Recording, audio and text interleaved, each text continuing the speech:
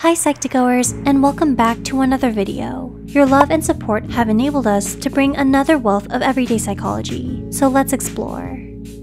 What comes to mind when you hear psychopath? It is used to describe anyone ranging from serial killers to problematic exes. In reality, however, psychopaths make up only 1% of the general population, as found in a study by Freeman in 2011. So, what basically is the definition of psychopathy? According to a study, psychopathy is not an official diagnosis, but refers to a combination of behavioral traits including antisocial behavior, callousness, and low levels of empathy and interpersonal emotions. Before we begin, here's a reminder as to this video being intended for educational purposes only. We urge you not to use it as a diagnosis or treatment for any conditions. If you feel you or anyone you know can relate to these signs mentioned, be sure to seek professional help. With that said, here are 8 signs you're dealing with a psychopath. 1. They lack empathy. According to research at Duke University, cognitive deficits prevent psychopaths from experiencing automatic empathy, the ability to interpret other people's perspectives subconsciously, even when there is no personal need to do so. However, psychopaths still experience controlled empathy, the ability to understand how someone is feeling by consciously considering that person's actions and reactions and reasoning through their thoughts and feelings. If someone never reacts to others' tears, joy, or fear unless it directly affects their goals, they might harbor psychopathic tendencies. 2. They don't feel guilty. Lack of remorse is one of the telltale signs of psychopathy.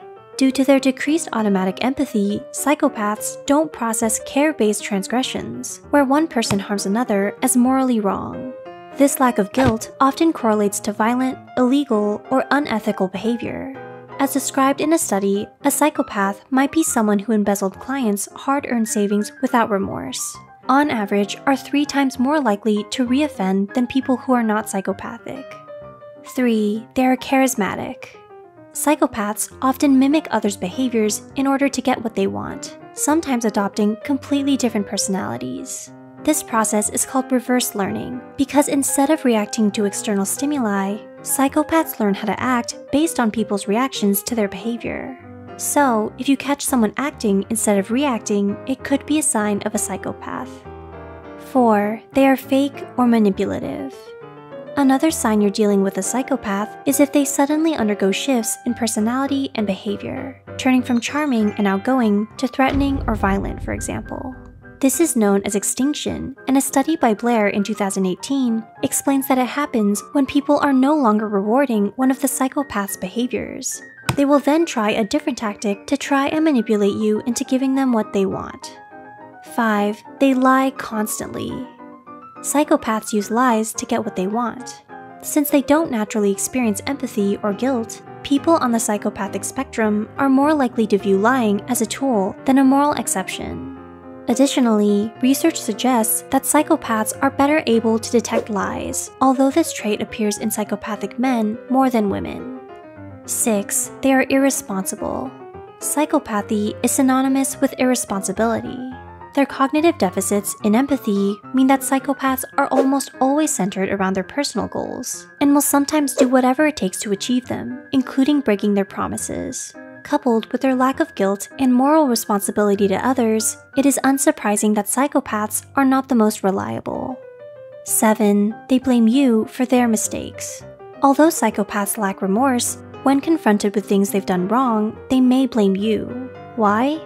Because they probably won't take the time to think through how placing the blame on you will make you feel the same way they do at the moment.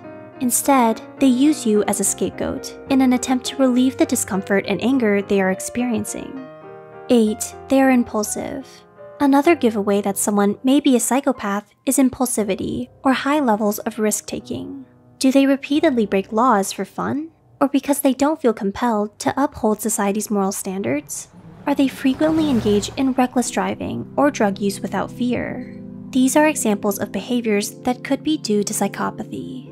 Because impulsivity is also a sign of other personality disorders, bipolar disorder, or ADHD, it's important to consider this sign's presence alongside other signs on this list. Hence, it requires a detailed professional analysis.